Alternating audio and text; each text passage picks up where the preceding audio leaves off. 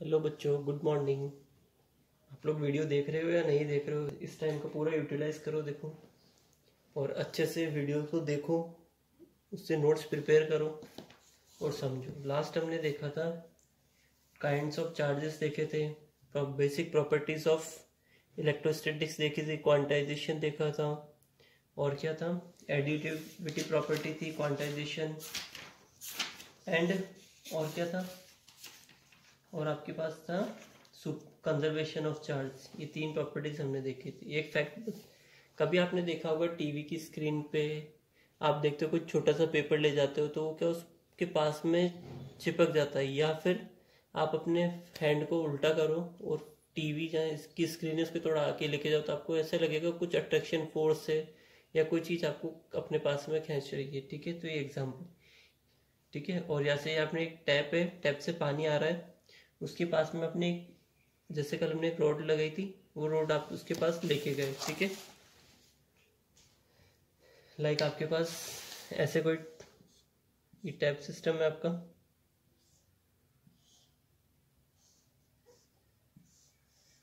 ठीक है, यहाँ से आपके क्या होगा, पानी की ड्रॉप्स आ रही है, क्लियर है। यहाँ पे आपने क्या लगाया, एक रॉड टाइप में लगा है जिसमें पॉजिटिव चार्जेस है, तो क्या होगा, ये पानी है ना कुछ यूं फ्लो के गिरेगा, इसके पास में अट्रैक्ट होके फिर ऐसे गिरेगा।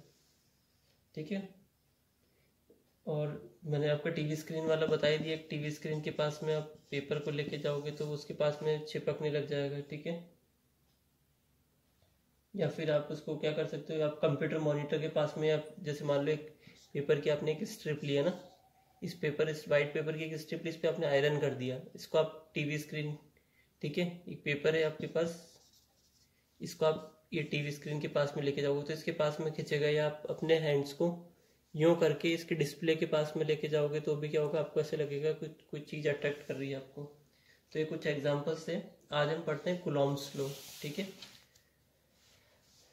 ठीक है, valid on only on point charge. Point charge के लिए वैलिड है, जैसे आपने ग्रेविटेशनल में पढ़ते हो, ग्रेविटेशनल यूनिट से ग्रेविटेशनल लॉ, तो उसी तरीके से आप इलेक्ट्रोस्टैटिक्स में पढ़ोगे कूलॉम्स लॉ। ठीक है, valid only on point charge. ये किसके लिए वैलिड है? Only point charge. Coulomb performed several experiments to measure the extent of force between 2 point charge bodies। दो चार्ज बॉडीज हैं उनके बीच में, देखो आपने अट्रैक्शन फोर्स पढ़ा था, वहां पे भी क्या होता है, टू बॉडीज होती है, वहां मास का कंसीडर करते हैं M1 एंड M2। तो सिमिलरली यहाँ पे कुलॉम ने क्या करा, एक्सपेरिमेंट्स बहुत से करे, force between 2 point charge body, दो चार्ज बॉडीज है उनके बीच में। ठीक है, the force of interaction between any 2 point charges. ठीक है, क्या बोला, द फोर्स ऑफ इंटरेक्शन, दो फोर्स, जैसे वहां अट्रैक्शन होता है, यहाँ दो चार्जेस के बीच में क्या होगा, इंटरेक्शन होगा। Any 2 point charges, 2 point charges है, ठीक है, is directly proportional to the product of the charges. वहां क्या होता था, is directly proportional to the product of their masses, यहाँ पे क्या आ जाएगा, चार्जेस आ जाएगा, and inversely proportional to the square of the distance between them. ये वाला पॉइंट तो ग्रेविटेशनल फोर्स में भी सेम था। ठीक है, the force acts always along the line joining the two charges. ये फोर्स कहाँ लगेगा, जहाँ दोनों पॉइंट क्या हो रहे हैं, एक लाइन से ज्वाइन हो रहे हैं। ठीक है, जैसे ये मान लो यहाँ पे Q1 चार्ज है, यहाँ क्या चार्ज है, Q2 एक चार्ज है। ठीक है, ये दोनों एक लाइन से ज्वाइंट है। क्या बोला था, फर्स्ट अपने पास क्या था इसके line, the force acts always along the line joining. जो फोर्स लगेगा वो इस अलोंग लगेगा, आपका जो फोर्स आएगा वो इस अकॉर्डिंग आएगा। ठीक है, हमने 2 चार्जेस ले लिए। ठीक है, इनके बीच के डिस्टेंस हम कितनी कंसीडर कर देते हैं, देखो यहाँ से लिया जाता है हमेशा, जो डिस्टेंस होगी ना इस पॉइंट से होगी, ना यहाँ से ना यहाँ से, यहाँ से इस पॉइंट टू इस पॉइंट के बीच में मेजर्स होती है। ठीक है, हमने क्या बोला था, the force is directly proportional to product of the charges Q1 Q2। आपको ग्रेविटेशनल फोर्स की याद दिला दे तो वहां क्या होता था, F is proportional to M1 M2। Clear है, F is proportional to Q1 Q2। Second क्या था, F is proportional inversely proportional to 1/, square of their distance. ये देखो, ये डायरेक्टली प्रोपोर्शनल का मीन्स होता है, इसका मीन्स दोनों में से कोई भी इंक्रीज होगा तो ये भी इंक्रीज होगा। ठीक है, इन दोनों में से कोई भी एनी क्वांटिटी डिक्रीज होगी तो ये भी क्या होगा, डिक्रीज होगा। It's called directly proportional. Clear है यहाँ तक? नेक्स्ट ठीक है इनवर्सली। ये देखो इनवर्सली का मतलब है 1/, ठीक है। दैट मीन्स अगर आप सपोज करो F equals to 1/r square है ना, अगर आप सपोज करो मैंने यहाँ पे 2 रख दिया तो एफ इक्वल्स टू कितना हो जाएगा, 1/4 हो जाएगा, ठीक है। जैसे मान लो यहाँ पे 100 है तो इसका कितना रह जाएगा, 1/4 ही रह जाएगा ना। क्लियर है यहाँ तक? तो इनवर्सली का मतलब होता है अगर एक इंक्रीज हो रहा है तो अपोजिट वाला ऑलवेज डिक्रीज होगा। अब स्क्वायर लगा है तो देखो 1/4 हो जाएगा, 4 टाइम मतलब ये डिक्रीज हो जाएगा इससे। अब ये दोनों इक्वेशन है अपने पास, इनको कंबाइन करते हैं तो अपने पास आता है F is proportional to Q1 Q2 upon r square. Clear है यहाँ तक? अब मैंने अभी मॉड्यूलस क्यों लगाया, बिकॉज चार्जेस को हमें क्या कंसीडर करना है, पॉजिटिव ही कंसीडर करना है। क्लियर है यहाँ तक? इक्वेशन क्या कंबाइन हो गया, F is proportional to Q1 Q2 upon r square.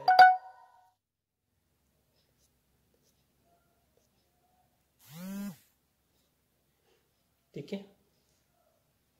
अब मैं प्रोपोर्शनलिटी का साइन हटाऊंगा तो एक कांस्टेंट आएगा इक्वल्स टू के Q1 Q2 upon r square.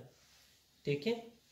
और ग्रेविटेशनल फोर्स में यहाँ पे क्या आ जाता है, कैपिटल जी आता है। तो वहाँ क्या होता है ग्रेविटेशनल फोर्स में जी m1 m2 upon r square. अब आपके माइंड में आ रहा होगा इस पे मॉड्यूलस लगाया, इस पे मॉड्यूलस सप्लाई नहीं करें, ये क्या रीजन है?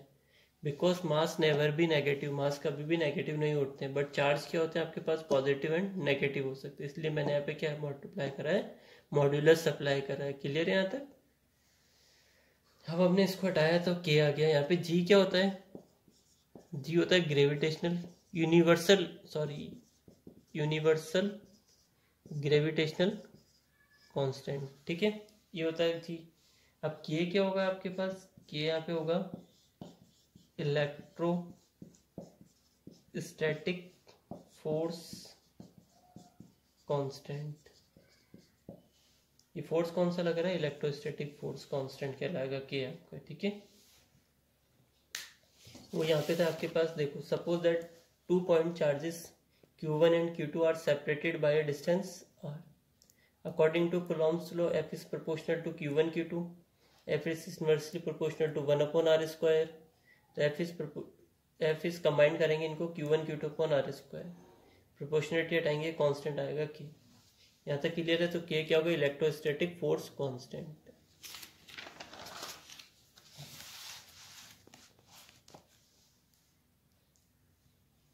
द वैल्यू ऑफ इलेक्ट्रोस्टैटिक, ठीक है, the value of electrostatic force constant K depends on the nature of medium. ठीक है, K किस चीज पे डिपेंड करेगा, nature of medium separating the charges, जो सेपरेट कर रहे हैं चार्जेस को उस मीडियम पे, and on the system of units. ठीक है, किस पे डिपेंड करेगा, सिस्टम ऑफ यूनिट्स पे। क्लियर है यहाँ तक? When the charges are situated in free space, अगर सपोज करो ये चार्जेस आपका फ्री स्पेस में होता है, ठीक है, एयर और वैक्यूम, तो सीधे के की वैल्यू कितनी आएगी, ऑलवेज 1 आएगी, ध्यान रखना। ठीक है, और इन SI, ये SI सिस्टम में आपका। क्लियर है यहाँ तक? ये किस में आपका, SI में। और CGS में इसकी वैल्यू कितनी होती है, CGS में K इक्वल्स टू कितना होता है, 1 होता है। और SI में कितना होगा, K इक्वल्स टू 9 × 10⁹ n क्या है, न्यूटन है, m क्या मीटर स्क्वायर, ये है कुलॉम की पावर -2। तो K इक्वल्स टू कितना होगा आपके पास, K की वैल्यू देखो आपके अकॉर्डिंग कितनी होती है, और K इक्वल्स टू कितना होता है, 1/4πε0। ठीक है, देखिए आपके पास ε0 तो ε0 क्या होता है, absolute electrical permittivity of free space. ठीक है, तो ε0 किसको करती है, तो फ्री स्पेस के लिए जो परमिटिविटी होती है फ्री स्पेस की। ठीक है, जैसे आप μr लगा दोगे तो r किसके लिए हो जाएगी, जैसे ग्लास के लिए अलग होगी, एयर के लिए अलग, तो हर उसके लिए इसकी वैल्यू डिफरेंट होती है। बट आपका जो ε0, ये बात बहुत इंपॉर्टेंट है आपका। ठीक है, इस चीज़ का ध्यान रखें क्योंकि इसकी वैल्यू फिक्स होती है और आपकी बहुत बार न्यूमेरिकल्स में अप्लाई करते हैं। तो देखो के की वैल्यू कितनी होती है 1/4 पाई एप्सिलॉन 0। ठीक है, तो आप ही के की वैल्यू इसमें पुट करिए तो 1/4 pi epsilon 0 Q1 Q2 upon R square. Clear है यहाँ तक? अब बात करते हैं units, dimension of and value of epsilon 0। अब देखो ये Q1 तो आपको पता होगा जो चार्ज गिवन आएगा, Q2 ये भी आपको कोई चार्ज हो गया। अब इसमें डिफरेंट देखो 4 कांस्टेंट है, पाई कांस्टेंट है, 3.14 होता है। अब बचा क्या है एप्सिलॉन नॉट। इसकी डायमेंशन यूनिट्स देखेंगे, डायमेंशन देखेंगे एंड वैल्यू देखेंगे। ठीक है, एप्सिलॉन नॉट इक्वल्स टू कितना होगा 1/4 पाई। देखो यहाँ से चेंज करो, बस आपको इसको ऊपर मैंने क्या बोला जिसकी वैल्यू फाइंड करते हैं वो ऑलवेज न्यूमरेटर में होता है। बस आपको क्या करना है इसको इसके प्लेस पर रखना है, एफ को नीचे लेके आना है। तो एप्सिलॉन नॉट इक्वल्स टू कितना हो गया 1/4 pi F Q1 Q2 upon R square. Clear है? तो एप्सिलॉन नॉट इक्वल्स टू कितना, अब देखो इसकी यूनिट फाइंड करनी है। 4 पाई क्या आपके पास कांस्टेंट है, फोर्स को किस में मेजर करते हो न्यूटन में। इस Q1 का चार्ज कितना आ गया C, इस Q2 का चार्ज कितना आ गया C मीटर स्क्वायर। ये क्या बन गई इसकी यूनिट बन गई। ठीक है, क्लियर है यहाँ तक? अब बात करते हैं डायमेंशंस ऑफ। ठीक है, डायमेंशंस ऑफ एप्सिलॉन नॉट क्या बनेगा 80 into 80 ML_T-2 M⁻⁻1 L⁻⁻3 T⁻4 A square. ठीक है, और तो ये तो आपकी इसकी डायमेंशन आ गई और हमने क्या लिखा था इसकी वैल्यू। तो आपको पता है कि इक्वल्स टू कितना होता है 4 पाई एप्सिलॉन नॉट।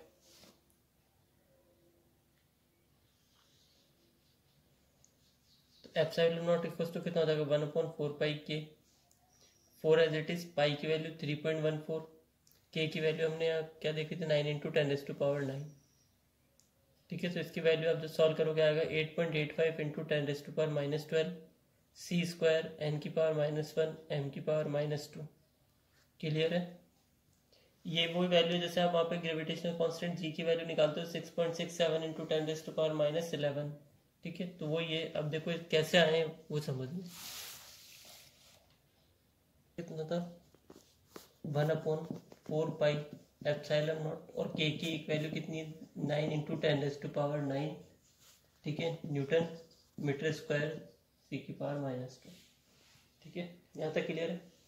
फिर हमने एफ इक्वल्स टू इसमें पुट करा था तो 1/4 पाई एप्सिलॉन नॉट इंटू क्या था आपके पास Q1 Q2 upon R square. यहाँ तक क्लियर है?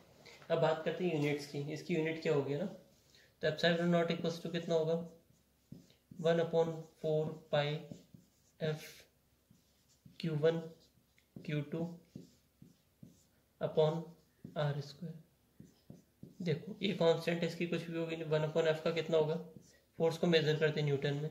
इसका Q1 का कितना हो गया C, इसका कितना हो गया C मीटर स्क्वायर। और चेंज करना चाहते हो अब तो कितना हो जाएगा 1/n को एज इट इज रहने दो, या n को ऊपर लिखे होगे वो आपके ऊपर डिपेंड करता है। क्लियर है यहाँ तक?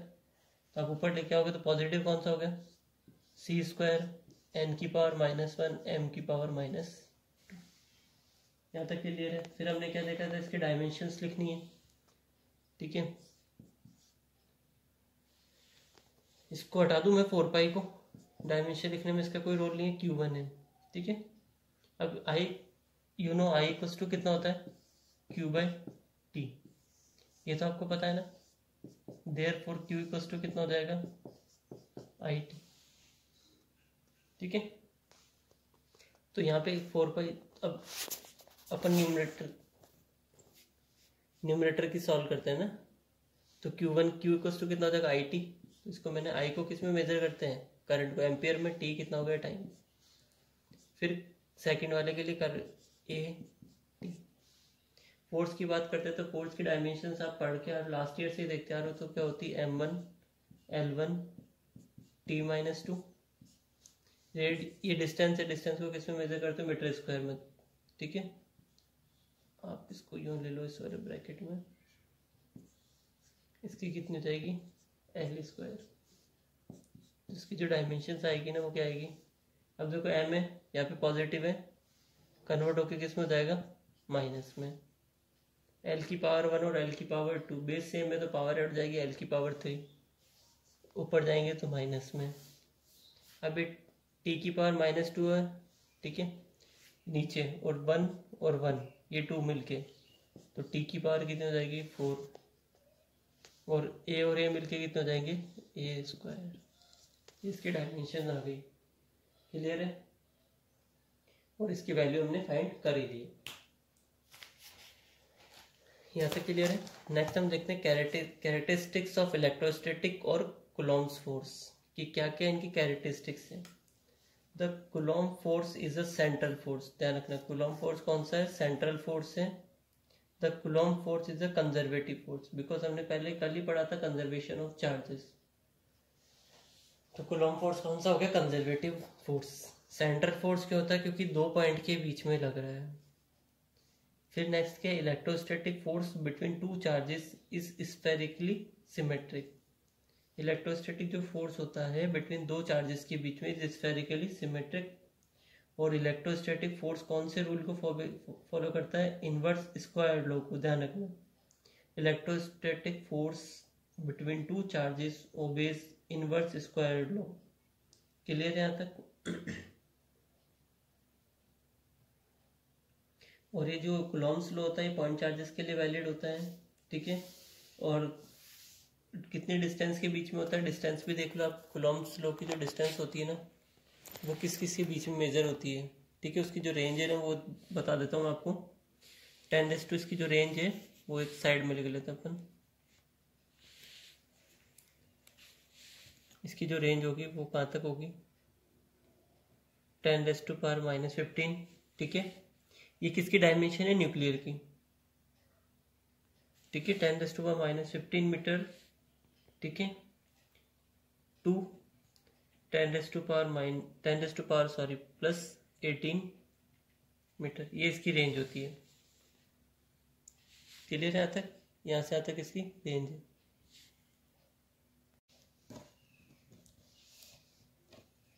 ठीक है, नेक्स्ट आपके पास है फोर्सेस बिटवीन मल्टीपल चार्जेस, ठीक है। मल्टीपल चार्जेस के बीच में फोर्स बात करते हैं। इसके लिए इसके कौन सा प्रिंसिपल है, प्रिंसिपल ऑफ सुपरपोजिशन। सुपरपोजिशन का मतलब क्या, तो देखो एक के ऊपर एक आना, उसकी पोजीशन लेना, फिर उसकी पोजीशन लेना, ये आपका सुपरपोजिशन कहलाता है, ठीक है। When we have to calculate the force on a charge due to several stationary charges we use the principle of superposition. हम चैप्टर ही कौन सा पढ़ रहे हैं, इलेक्ट्रोस्टैटिक्स, इसलिए चार्जेस कौन से आगे, स्टेशनरी चार्जेस, ठीक है। हमें कैलकुलेट करना the force on a charge due to several stationary charges, ठीक है। सेवरल स्टेशनरी चार्जेस पे कौन कौन से फोर्सेस लग रहे हैं, we use the principle of superposition, ठीक है। आगे नाम से पता चल गया सुपरपोजिशन क्यों बोला इसको, क्योंकि एक के ऊपर एक पोजीशन से इसको इसके कनेक्ट करना। We use the principle of superposition addition to Coulomb's law, ठीक है। सुपरपोजिशन जो है आपके पास ये क्या है, एडिशन है। कूलॉम्स लॉ में कुछ एडिशन करना, वो है क्या आपका superposition principle.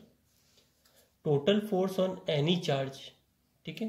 Total force on any charge due to a number of other charges at rest, ठीक है। क्या बोला, total force on any charge due to a number of other charges at rest is the vector sum of all the forces on that charge due to other charges taken one at a time। एक बार में एक ही consider करना है। the forces due to individual charges are unaffected by the presence or absence of other charges, ठीक है। क्या बोला, the forces due to individual charges, जो individual charges के द्वारा जो फोर्स लग रहा है वो unaffected होगा by the presence or absence of other charge, ठीक है। पास में चाहे कोई चार्जेस प्रेजेंस हो या एब्सेंस हो, उससे क्या होगा, अनअफेक्टेड होगा। तो हमने क्या देखा, according to superposition principle, total force on any charge, ठीक है, किसी भी टोटल चार्ज, ठीक है, due to a number of other charges at rest, जो दूसरे क्या है रेस्ट में, is the vector sum of all the forces. क्या बोला, वेक्टर सम। वेक्टर सम मतलब इनके जो कोई ना कोई डायरेक्शन में लग रहा है, ठीक है। Vector sum of all the forces on that charge due to other charges, दूसरे चार्जेस से, ठीक है। Taken one at a time, एक बार में आपको एक ही लेना है। The forces due to individual charges are unaffected. जो इंडिविजुअल चार्जेस है वो क्या होंगे, unaffected by the presence of other charges. यहाँ डायग्राम देखिए आप, ठीक है, आपका वो पॉइंट होगा, इससे R1 वेक्टर जा रहा है, इस पर कौन सा चार्ज है, Q1 वेक्टर है, Q1 चार्ज है। यहाँ से R2 जा रहा है, इस पर Q2 चार्ज हो जाएगा, ठीक है। यहाँ से R0 जा रहा है तो इस पर कितना चार्ज हो जाएगा, Q0 चार्ज हो जाएगा, क्लियर है। यहाँ से R3 आ रहा है, इस पर कितना चार्ज हो जाएगा, Q3 चार्ज हो जाएगा। अब देखो यहाँ से एक चीज देखना, मैंने क्या लिखा है, यहाँ से चले आप, है ना, क्या लाइन मिल रही है आपको, F02, ठीक है, F02। जैसे सपोज करो आप लिखते हो ना OB वेक्टर, इसका मीन्स पता है क्या होता है, B वेक्टर माइनस,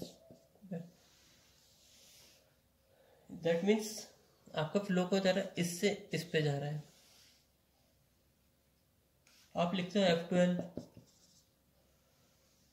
इसका मतलब क्या है, फर्स्ट वाला ऑब्जेक्ट सेकंड पे फोर्स लगा रहा है। आप लिखते हो F21, सेकंड वाला ऑब्जेक्ट फर्स्ट वाले पे फोर्स लगा रहा है। ये इनके मीनिंग होते हैं, हो गया क्लियर। F12 का मतलब है फर्स्ट वाला ऑब्जेक्ट सेकंड पे कोई फोर्स लगा रहा है, या फिर सेकंड वाला किस पे लगा रहा है, फर्स्ट पे, ये इनके मीनिंग होते हैं। तो यहाँ पे क्या हुआ, F02, ये हुआ इसका 2, इस पे फोर्स कितना है, F0। अभी मैं इनका मीनिंग बताऊंगा, F02 का क्या मीनिंग है। यहाँ से R1 इस पे कितना हो जाएगा, Q1 हो जाएगा, ठीक है। ये दोनों मिले तो इनका फोर्स कितना आ गया, F01। ये R2 गया, ये Q2 मिला, इसका फोर्स कितना आ गया, F02। ये R0 यहाँ से हुआ Q0, और इसका फोर्स कितना हो जाएगा आपके पास, ठीक है। फिर नीचे आते हैं, ये R3 गया, ये Q3 गया, तो इसका फोर्स कितना हो गया, F03। क्लियर यहाँ तक। यहाँ से देखना, suppose point charges Q1 Q2 Qn, ठीक है। पॉइंट चार्ज मैंने पहले बताया था, एडिशन है सुपर किसका, कूलम्ब्स लॉ का। तो वहां भी हमने क्या देखा था, पॉइंट चार्जेस देखे थे, Q1 Q2 and so on Qn are situated at points with position vectors R1 vector. क्योंकि आपने क्या बोला, R1 वेक्टर इसलिए बताया आप किसी डायरेक्शन में जा रहे हो पर्टिकुलर, इसके लिए कितना होगा R2, Q3 के लिए कितना आएगा R3, so on Qn के लिए कितना आ जाएगा Rn vector. With respect to, WRT का मीन से with respect to the origin O। आपने देखा था ओरिजिन O से जनरेट हो रहे थे, of the rectangular coordinate system XYZ, ठीक है। X X direction, Y Y direction, Z Z। Total force F0 on a test charge Q0। जैसे हम देखो रिजल्टेंट लेते थे वेक्टर में, आपको ध्यान है, अगर आप R vector equals to A vector plus B vector एक रिजल्टेंट लेते थे, तो ये सिमिलरली उसके जैसा ही है। यहाँ पे क्या हो रहा है, देखो यूं गए, आपके रिजल्टेंट बनता था एक ट्राइंगल में। सपोज करो आप चलो ये वेक्टर होता था, यहाँ से B वेक्टर मिलता था, और अपन रिजल्टेंट क्या बताते थे, R वेक्टर। याद आया कुछ। तो सपोज वही है आपका, तो R0 क्या आपके पास रिजल्टेंट है, ठीक है। तो इसका फोर्स कितना हो जाएगा, F0 हो जाएगा। तो यहाँ से देखो, तो आपके पास कितना हो जाएगा, F0 वेक्टर इक्वल टू कितना होगा, F01 F02 F03 and so F0n, ठीक है। अब F01 का मतलब समझना, force on Q0 due to Q1, देखा समझ लिया। तो फोर्स ऑन Q1 Q0 पे फोर्स कौन लगा रहा है, 1 लगा रहा है, ओके क्लियर। तो force on Q0 due to Q1, मैंने क्या लिखा, F02 force on Q0 due to Q2। तो Q0 तो देखो ये वाली लाइन आपकी कॉमन थी, ठीक है। सारे किससे निकल रहे थे, Q0 से। यहाँ से देखो ये इससे पास हुआ, ये इससे पास हुआ, ये इससे पास हुआ, इसलिए क्या लिखा था, F02 में force on Q0 due to Q2। Clear है यहाँ तक। अगर F03 होता तो अपन क्या लिखते, force on Q0 due to Q3। According to Coulomb's law में हमने देखा था F0, F था हमारे पास 1/4π Q0 Q1।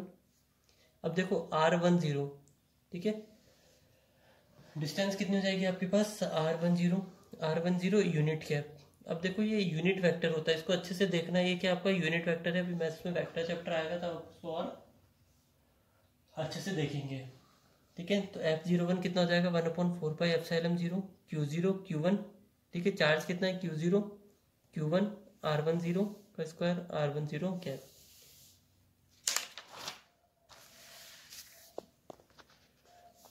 सिमिलरली कितना हो रहा है, F02 इक्वल्स टू कितना हो रहा है 1/4 पाई एप्सिलॉन 0, ठीक है। r2 0 की पावर, ये क्या है, ये यूनिट वेक्टर है, देखो ये यूनिट वेक्टर है, इसका मीनिंग अभी मैं बता दूंगा आपको, वैसे मैथ्स में आएगा जब हम उसको और अच्छे से देखेंगे, ठीक है।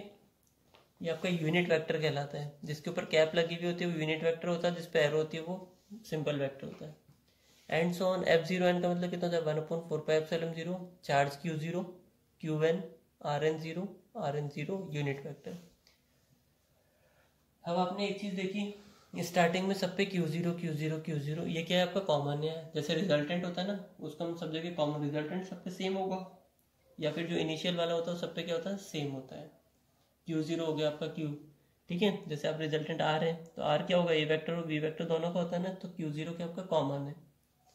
नाउ द टोटल फोर्स कितना हो जाएगा, अब जो हमने वैल्यू निकाली है ना कूलम्ब्स लॉ से, ये सब स्टार्टिंग वाली जो अपने पास इक्वेशन थी F0 equals to F01 F02 F03 इसमें पुट करेंगे, तो F0 इक्वल्स टू कितना 1/4 pi epsilon 0 Q0 Q1 R10 की पावर यूनिट वेक्टर, फिर plus Q0 Q2 R20 square R20 unit vector, hands on last चलेंगे Q। अब आपने इसको लिख दिया 1/4 पाई एप्सिलॉन 0, इस ये देखो ऐड ही तो हो रहा है, ऐड को मैं डायरेक्ट शॉर्ट में क्या लिख दूंगा समेशन लिख दूंगा, तो मैंने क्या कर दिया समेशन i इक्वल्स टू 1 से i equals to n Ri0 की पावर 2 Q0 Q1 Ri0 की पावर यूनिट वेक्टर, ठीक है। अब आपको दिख रहा होगा यहाँ से Q0 कॉमन आ रहा है, अगर आप लेना चाहो तो Q0 क्या ले लिया आपने कॉमन निकाल लिया। अब कितना बच्चा, मैंने इसको i दे दिया, i का मतलब होता है इनिशियल से फाइन। अब देखो मैंने आपको बताया था ना r, इसका मतलब कितना होता है 0, तो इसका मतलब तो पहले 0 वाला आएगा फिर फर्स्ट वाला आता है, जो बाद में होता है आप फाइनल में से इनिशियल माइनस करते हो तो 0 आ रहा है ना, तो R0 में से Ri माइनस। अब आपने क्या लगा दिया मॉड्यूलस लगा दिया, मॉड्यूलस लगाने का क्या रीजन है, सपोज करो आपने लगा दिया i इक्वल्स टू 1, ठीक है। अगर आपने y1 लिख दिया तो R0 में से R1 को माइनस करोगे तो आपका माइनस में भी आंसर आ सकता है, इसलिए हमने क्या लगाया मॉड्यूलस लगाया, because distance never be negative. R0 vector minus Ri vector, ठीक है।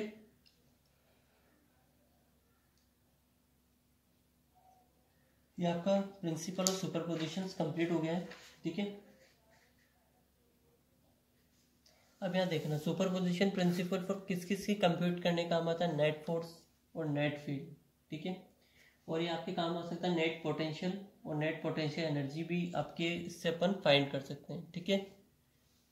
देखा था टोटल फोर्स हमारे पास कितना था F0 वेक्टर, ये किसके से सम था F01 F02 F03 so on F0n, ठीक है।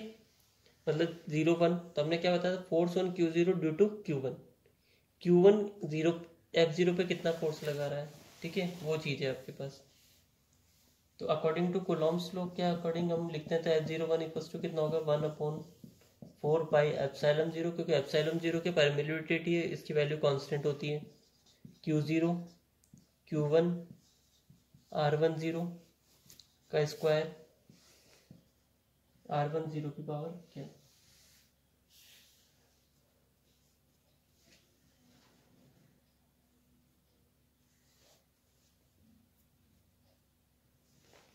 ठीक है।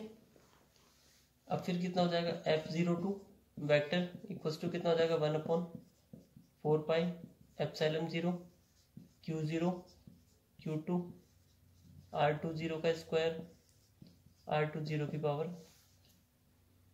यहाँ तक क्लियर, ऐसे हम लास्ट तक चलेंगे तो लास्ट तक हमारे पास कितना आएगा F0n वेक्टर इक्वल्स टू जाएगा 1/4 pi epsilon 0 Q0 Qn R कितना हो जाएगा यहाँ से 0n या n0, ये हो जाएगा n0 का square R unit vector n0, ठीक है। हमें टोटल लगाना है तो F01 की वैल्यू इसमें पुट करेंगे, F02 की इसमें, हैंड्स ऑन F0n तक, यहाँ तक क्लियर है। तो आपके पास F0 कितना आ जाएगा लास्ट में, तो F0 वेक्टर इक्वल्स टू कितना हो जाएगा 1/4 पाई एप्सिलॉन 0, ठीक है। अब देखो Q0, क्या से देखो Q0 Q0 Q0 Q0 common आ रहा, तो मैंने क्या करा, स्टार्टिंग में Q0 को बाहर कर दिया। ठीक है, तो रिमेनिंग कितना बचा मेरे पास, Q1 R10 square R10 unit cap, फिर plus Q2 R20 square R20 unit cap, hands on, last कहाँ तक चलना मुझे, Qn Rn0 की स्क्वायर Rn0, यहाँ तक क्लियर है।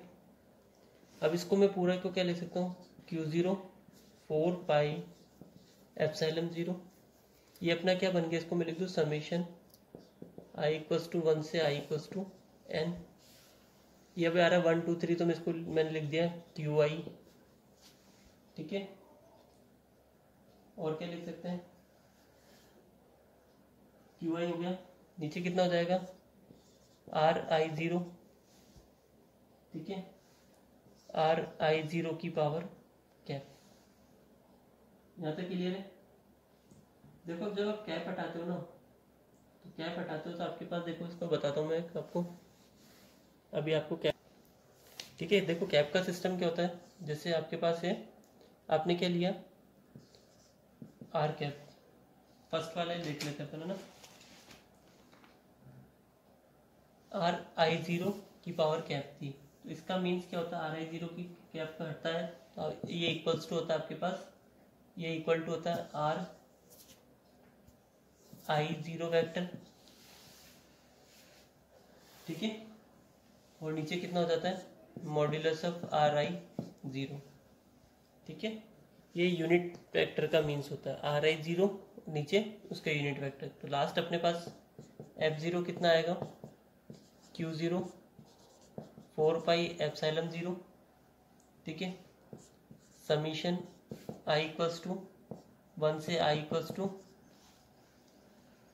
n, ठीक है, QI एज इट इज, फिर आपने मॉड्यूलस ले लिया, देखो RI0 का मॉड्यूलस और RI0 आपके पास ऑलरेडी यहाँ पे चल रहा था, ये भी आपका मॉड्यूलस में ही है, अगर आप इसको लिखना चाहोगे तो, अदरवाइज आप सिंपल भी लिखते, देखो बस RI0 होता है मीनिंग, ठीक है, आप इसको मॉड्यूलस में भी दे सकते हो, तो मैंने इसको मॉड्यूलस में ले लिया, तो मेरे पास कितना हो जाएगा RI0 की पावर 3 कैसे होगी, ये वैल्यू आप यहाँ पे पुट करो, ठीक है, यहाँ पुट करिए आपने RI0 कैप की वैल्यू, ये वाली पूरी, ये वाला तो ऊपर आ जाएगा, ठीक है, यहाँ कितना आ जाएगा RI0 वेक्टर, और नीचे आ जाएगा इसका 3 टाइम्स, फिर मैंने इसको क्या करा, ओपन करा, Q0 4 pi epsilon 0 summation I = 1 से I = n, ठीक है, और क्या लिख सकते हैं आप इसको, QI, RI0 का मैंने मतलब क्या बताया था, R0 वेक्टर में से RI वेक्टर को आपको क्या करना है, माइनस करना है, ठीक है, नीचे हमेशा मॉड्यूलस होता है, ये चीज ध्यान रखना है, मॉड्यूलस में आएगा ऑलवेज, तो R0 vector minus RI vector की पावर 3, ये हमेशा ऑलवेज मॉड्यूलस में होता है, इस चीज का आपको ध्यान रखना है। हो गया क्लियर, तो आपके पास है सुपरपोजिशन प्रिंसिपल और कूलॉम्स लॉ आज हमने देखे हैं, क्लियर है यहाँ तक। ओके स्टूडेंट्स, प्लीज इनको अच्छे से रीड करिए, लर्न करिए, घर पे रहिए, सेफ रहिए और सब कुछ यहीं से सीखिए, बिकॉज अभी आपके स्कूल का कोई पता नहीं है, अभी आपके स्कूल्स कब तक ओपन होंगे, ये पैंडेमिक कब तक आप और स्प्रेड होगी, इसलिए अभी आप ये टाइम है, इसका पूरा पूरा यूटिलाइज करिए। Okay, thank you students.